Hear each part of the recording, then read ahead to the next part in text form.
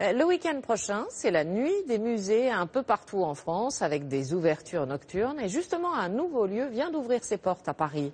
Il est consacré à un peintre qui n'a pas connu tout le succès qu'il méritait. Maurice Mandjinski a pourtant été reconnu par ses pairs et pas des moindres, Picasso notamment. Il a fait partie du tourbillon artistique des années folles. Aujourd'hui, l'injustice a été réparée grâce à son fils. Christophe Hérault, Régis Maté. Nous sommes dans l'atelier de Serge Mandjinski. Depuis de longs mois, il restaure les œuvres de son père, Maurice, pour les accrocher au musée. Des toiles emplies des lumières du sud d'un peintre que les plus grands ont admiré. C'est un très grand peintre. Picasso m'a dit, son père, c'est le plus grand dessinateur du XXe siècle. Ce qu'il a fait comme dessin, c'est beaucoup plus fort que Matisse. Mais il me dit, ton père, il est complètement con. Et c'est vrai.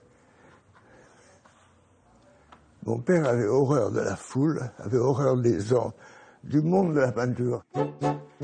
Pourtant, Maurice Mandjinski est au cœur du monde de la peinture des années 20. On peut souvent le croiser sur le boulevard du Montparnasse, cet émigré polonais d'origine juive arrivé à Paris à l'âge de 16 ans. Il côtoie Chagall, devient l'ami de Modigliani. Et surtout, il rencontre Kiki de Montparnasse, l'égérie des peintres, la plus sulfureuse et séduisante des modèles. Entre eux, c'est une histoire d'amour. En souvenir, Maurice peint ce portrait. Il a fait cette toile que je trouve, moi personnellement, très sensuelle, très équilibrée. Le visage est très beau, le visage dénote bien les caractères de Kiki. C'est ce qu'on peut dire un beau tableau. Le musée va abriter une centaine de ces toiles de la Belle Époque. Mais au dernier étage, voici le dernier chef-d'œuvre du peintre. 30 dessins, des noirs et blancs d'encre sur papier racontant le ghetto de Varsovie. Car le désastre de la Deuxième Guerre mondiale et de la Shoah marquèrent à jamais Mandjinski.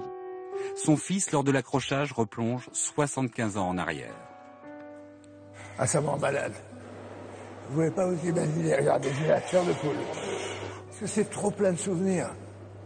Vous voyez, on a été effroyablement marqués par la guerre.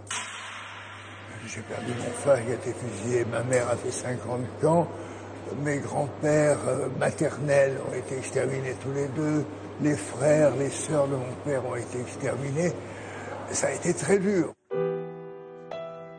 À l'issue de la guerre, meurtri, Maurice se réfugie dans le dessin. Il veut raconter pour laisser une trace, pour ne pas oublier.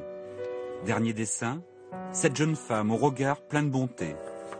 La tragédie vient de se finir. Rien que pour croiser ce regard, il fallait bâtir un musée pour accueillir la peinture de Maurice Mandjinski.